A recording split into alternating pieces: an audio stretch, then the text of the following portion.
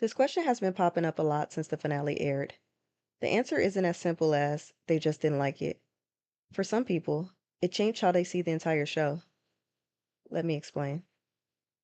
But first, a quick note about what this video is and isn't. This video isn't about convincing anyone they're wrong. If you love the finale, keep loving it.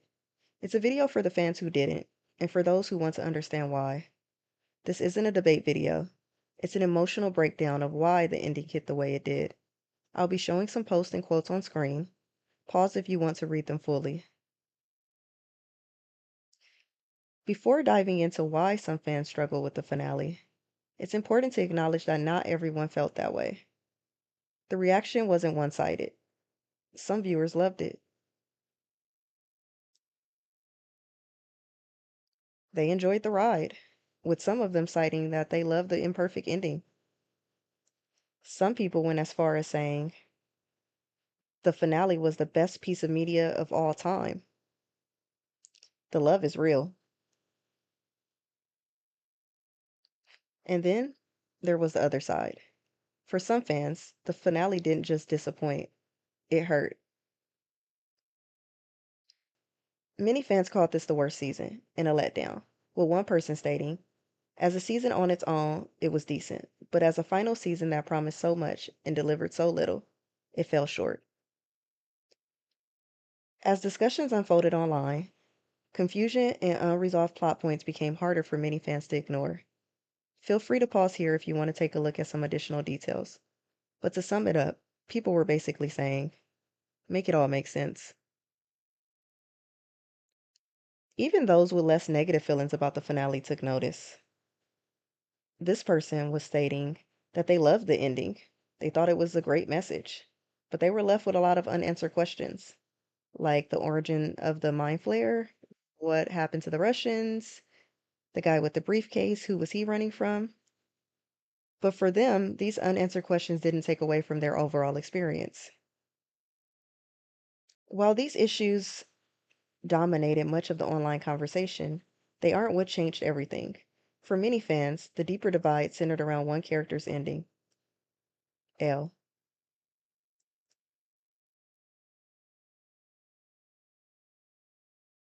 Eleven's ending was presented as ambiguous, but for many viewers, the possible outcomes didn't feel hopeful.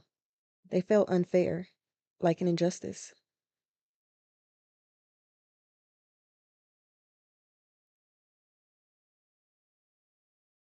This goes deeper than a character not winning or getting the perfect ending. It's about how badly she lost and what that loss represented.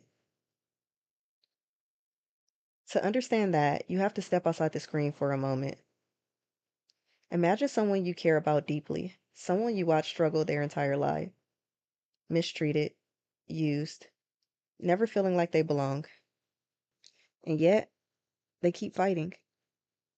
You watch them find hope, you watch them build connection, you watch them slowly begin to believe they deserve more than just survival. Now imagine their story ends with a sacrificial death, fueled by the belief that everyone is better off without them, or a fake death and a return to the same isolation that they fought so hard to escape. That's what this ending represented for so many people. The weight of Eleven's ending shows up in what people shared afterwards. For many people who identify with Elle, this ending sent a strong message.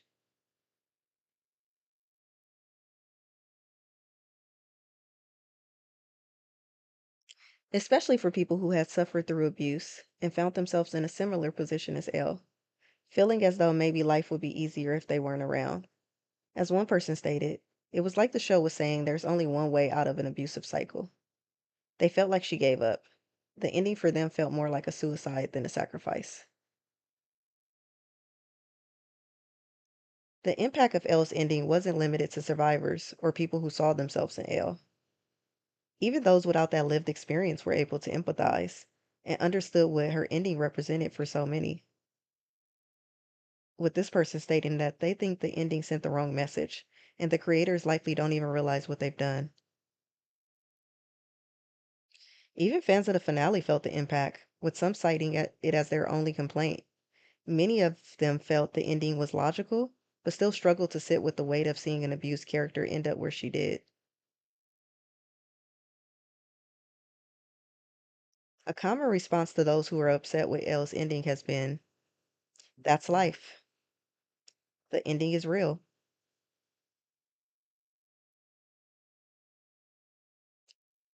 For many people, the realism was preferred, with some people saying that they love a sad ending over a happily ever after ending.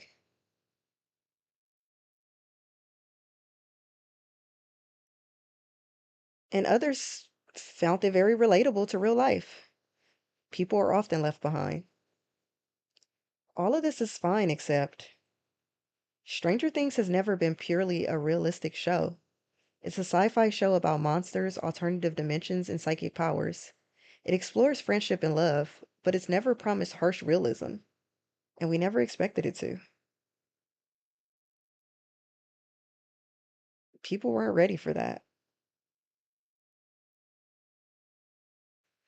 Even so, realism isn't controversial on its own, but when it lands hardest on the character who has already endured the most, it doesn't sit right with people.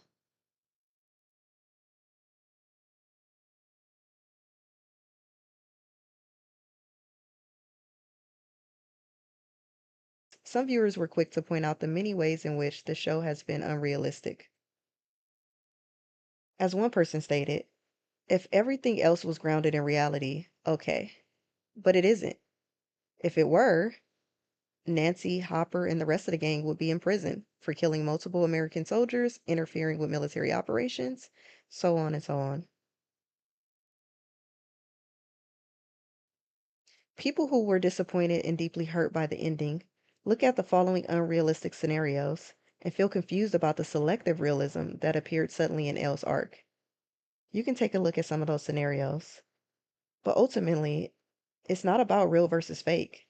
Instead, it's better stated as realistic why. Why with Elle?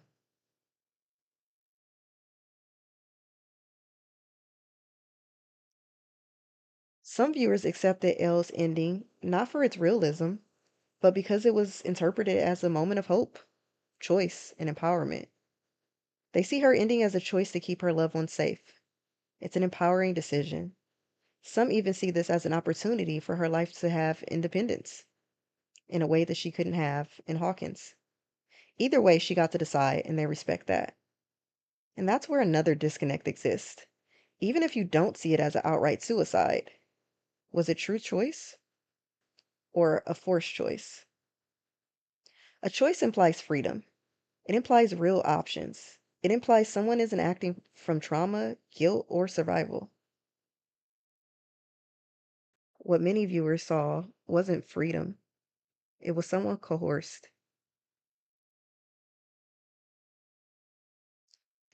Some fans pointed out the influences that impacted her quote unquote choice. One person highlighted how Kylie spent multiple episodes convincing Elle that she was a danger to those around her and left Elle with very few options. She was boxed in. As this person noted, Elle was thinking, do I kill myself or do I make it look like I killed myself and leave all my loved ones so that they don't die because of me? That doesn't sound like freedom. That sounds like the narrative forcing Elle's hand. A story this painful for one character doesn't exist in a vacuum. The people she left behind carry it, whether the ending frames them as okay or not.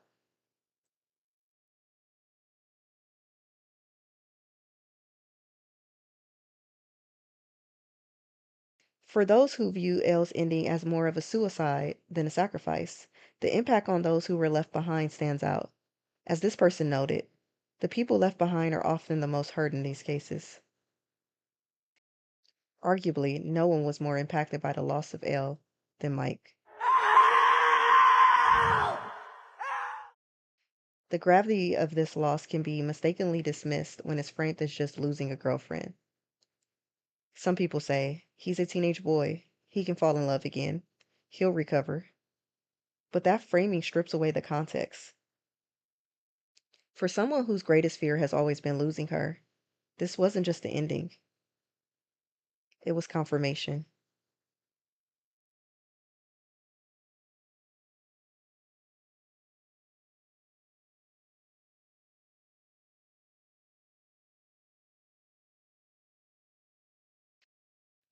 For Mike, this wasn't just heartbreak, it was the repetition of his greatest fear.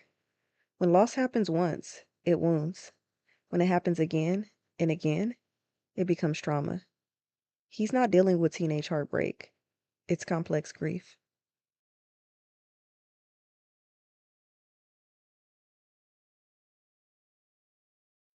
Here's the complicated part that sometimes gets missed. Fans who were hurt by the finale are not just people who lack hope. You can still believe in them, Mike and Elle. You can still hope. Elle is resilient, Mike is resilient. You can imagine a future for them and still feel sad about the way this chapter was written. Those feelings don't cancel each other out. As viewers were still processing all of this, the interviews dropped. What was said didn't ease the pain, it intensified it. The ending was described as intentionally ambiguous, open to interpretation. The Duffer Brothers stated, "We really wanted the audience to take from it what they want. They wanted to leave her final state up to audience interpretation." But when fans leaned towards hopeful interpretations, the responses often steered them away. For instance, fans started thinking Mike may have sensed Elle at graduation and began to feel hopeful. Duffer Brothers? Elle does not communicate with Mike in any way. Okay, thanks for the clarification. Fans start dreaming of a future where Elle makes her way back to her loved ones? Duffer Brothers? If she were alive, the way I see it is no. Any contact will risk bringing her back out in the open and starting the cycle again. So in the story that Mike's telling, I don't think he sees a version where they reconnect. Some fans use context clues from the show to form the conclusion that Elle is alive, and they choose to believe. While some can't see how she could be alive, with no ID, no resources, no support. But the debate goes on, back and forth, and that's how we were told it should be. The ending is whatever you think it is. Except Duffer Brothers. Quote, Ross and I know Eleven's faith, and we were just talking to Millie about it. But I think it takes away from the power of the ending if we tell people. Wait, so there is a definitive ending? Why not tell us the ending then? Why does Elle's ending need to be a mystery? Many fans expressed their disappointment, with many believing that Elle deserved better, and so did the audience. As one person stated, no closure on Dead or Alive. I think the audience deserved better. Fans also pointed out the unsaid back and forth between the Duffer Brothers and the fans over the ending. As many fans noted, the Duffer Brothers wanted an ambiguous ending, but then were like, no, not like that. They thought it seemed cool to let the audience choose what to believe, unless you believe Elle and Mike are communicating it anyway. Then you're wrong. To have creators keep shutting down hope when there felt like very little hope to begin with felt cruel. And what for? Because they liked the power of ambiguous ending? Okay, one problem. Ambiguity only works if the viewers are allowed to live inside of it. For viewers trying to make peace with the ending, those clarifications didn't feel neutral. They felt like doors closing. When creators speak, it doesn't land like generic fan speculation. It carries real authority. Those weren't the only noticeable comments about 11. The Duffer Brothers' explanation of her ending sparked significant backlash. In many interviews, they stated, quote, 11 represents in a lot of ways the magic of childhood. And we knew for our kids to be able to grow up, the magic had to leave Hawkins. But either way, it's a completely selfish act and a heroic act on Elle's part. In their explanation, Elle isn't being spoken about like a person who suffered. She's not included when they mention we knew for our kids. She's not included in that definition of their kids. She's being talked about like an idea. For fans grieving her, it felt like she was being reduced to symbolism. instead of being treated like a character whose pain mattered. Fans noted this isn't the first time Elle has been treated as a symbol. It's exactly what all of Elle's abusers did. They saw her as a weapon, a monster. If you watch the Duffer Brothers, they often make parallels between E.T. and Elle, essentially comparing her to an alien. This dehumanization of Elle, not only by her abusers, but also by the Duffer Brothers, was a slap in the face, as one person stated. Elle acting as the representation of childhood also doesn't make much sense. How can the representation for the magic of childhood be the person that never experienced a normal childhood? Elle was a traumatized little girl who carried trauma throughout the entire series, trying to have a normal childhood, but never really being able to. And yet, her ending was framed as a selfless sacrifice, a heroic choice. But when the showrunners say she has to go away for others to be happy, it stops sounding like a choice. Duffer Brothers stated in an interview, quote, "There was never a version of this story where Eleven was hanging out with the gang at the end. For our characters to move on, and for the story of Hawkins and Upside Down to come to a close, Eleven had to go away." None of this feels like empowerment. For fans feeling the hurt and the pain of the finale, it definitely didn't feel like empowerment. It all feels premeditated, like this was always where she was headed. People have pointed out that the original plan for season one was Elle to sacrifice herself, and that would have been it for her. This has some fans feeling like they never let go of the idea of sacrifice for Elle and worked their way backwards to make it happen. And that's where things begin to shift. Now viewers weren't just sad, the feeling expanded to anger, to hurt, to betrayal. People started to feel like Elle was being written towards a message, even if delivering that message required her suffering. When the Duffer Brothers said they couldn't think of anything, that they considered a happy ending where Elle was married to Mike and living a happy life with the government off their backs, but couldn't figure out how to make that work, it reinforced that feeling. The feeling that the creators were going in this direction no matter what. Because there were many ways her story could have gone. As many people pointed out, they could have simply removed her powers, taking the magic away, leaving Elle to live a normal life. Couldn't the message about the magic of childhood needing to go away happen by literally taking the magic away and leaving the person? Viewers weren't asking for perfection. They were pointing out possibilities. And when people can easily imagine other endings, hearing we couldn't think of anything doesn't sit well. They also said they didn't want to take her powers. Quote, "We didn't want to take her powers away. She represents magic in a lot of ways, and the magic of childhood." This quote is important because it confirms something that many fans already sensed. This was a choice. Not Elle's choice, their choice. Not the only choice they can think of, but a creative decision. An inevitable creative decision. In an interview following the finale, they stated, "As much as we want to, and I'm sure if we could have made her not sacrifice herself, we would have.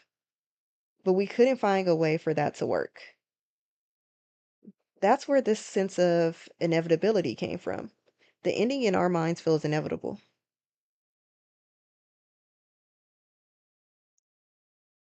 That hurts. They didn't want to take away her powers, but they were willing to take away her life or her home. Alternatives existed, and they were dismissed. The creative decision that they chose resulted in the show's most traumatized character being removed, so others could be happy, so the symbolic message could be delivered. That's where this feels wrong. Perhaps one of the most infuriating parts of all of this was the apparent surprise, the sense that they hadn't expected this to upset people. In an interview, when asked, "How do you feel about fans who are upset there isn't more clarity about 11?" Matt Duffer stated, "Are people upset about that? I really don't know." When a character has been built over years, that kind of ending doesn't land quietly. If everything had ended with season one, her sacrifice would have been sad, but simpler. We didn't know her yet. We didn't grow with her. But now, we've watched her learn how to speak, to trust, to love, to build a family. Using her now as a symbolic representation to move other characters forward is a difficult pill to swallow. Look, creators are free to tell the story they want, but stories don't exist without impact. Viewers are allowed to feel, especially when it feels like the show and its main character were not handled with care. That perception of a lack of care didn't end with Elle. In interviews, their responses about the plot raised similar concerns. Let's check out a few moments. Henry needed 12 kids. Why? No specific reason, other than he realized how much power he could exert from Will, and to do something of this scale, I don't know how he did that math. No specific reason? Henry had multiple instances of working hard to gather exactly 12 kids. And as this person noted, he could have just let Holly go if the number didn't matter. Why not kill delightful Derek after he finds him in the woods? What about the military? Quote, "I suppose there's not much else to do. There's no 11 to chase anymore. My guess is that they just sort of slowly dismantled operations and left town." Hmm, okay, moving on. Let's get into the Henry flashbacks in high school. Seems important. It was brought up in an interview. Did Hopper and Joyce ever realize that they went to school with Henry? What the Duffer Brothers said next was interesting. Quote, "We had to walk a fine line with the play. We don't want to frustrate, because so much of our audience is unable to see it. To have them start talking about it would have been confusing in the context of someone who hadn't seen the play." Then why show the flashbacks mentioning Hopper and Joyce at all? Why highlight these scenes?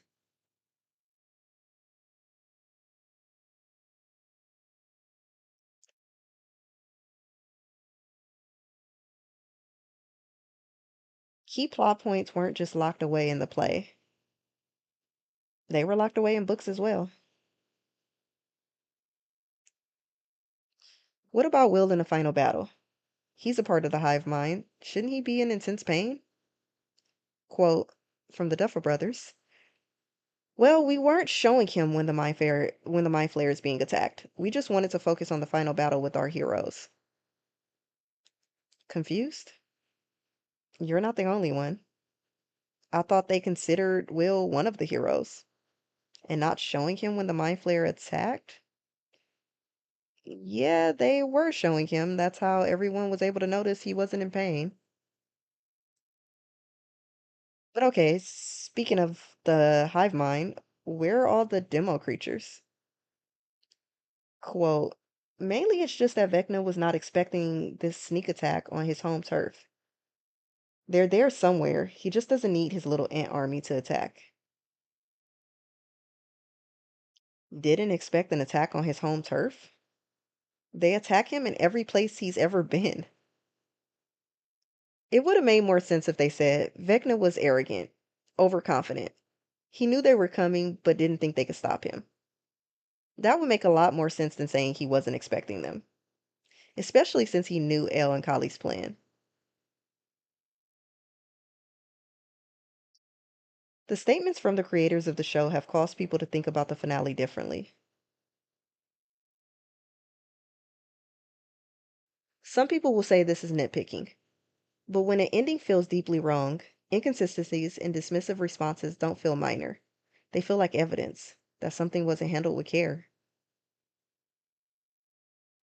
For people who ask what the hate is all about, know this. It wasn't just about a disappointing ending. It changed how the show feels. Rewatching earlier seasons now carries a different weight. Everything feels fragile and temporary. The hope feels temporary because we know where it leads. When a character like Eleven, who symbolizes growth, survival, and found family, is removed in the way that she was, it shifts the emotional memory of the entire series. When a show built on community and togetherness suddenly turns into a forced coming of age lesson, it alters the tone in a way that can feel jarring. If the season 5 ending worked for you, hold on to that. It's okay to agree to disagree. But hopefully, this helps you understand what it felt like for those it didn't work for. You don't have to take on anyone else's disappointment, but you can offer empathy because now you understand, even if you don't agree. For those hurt and angered by the season 5 finale, you're allowed to grieve. You're allowed to be disappointed. You're allowed to be angry. This doesn't make you entitled. It doesn't make you immature. It makes you human. Feeling hurt doesn't make you wrong. It means the story mattered. And stories matter because people matter. Stories don't exist in a vacuum. They reach into us. They touch us. And sometimes they leave an impact we can't easily shake.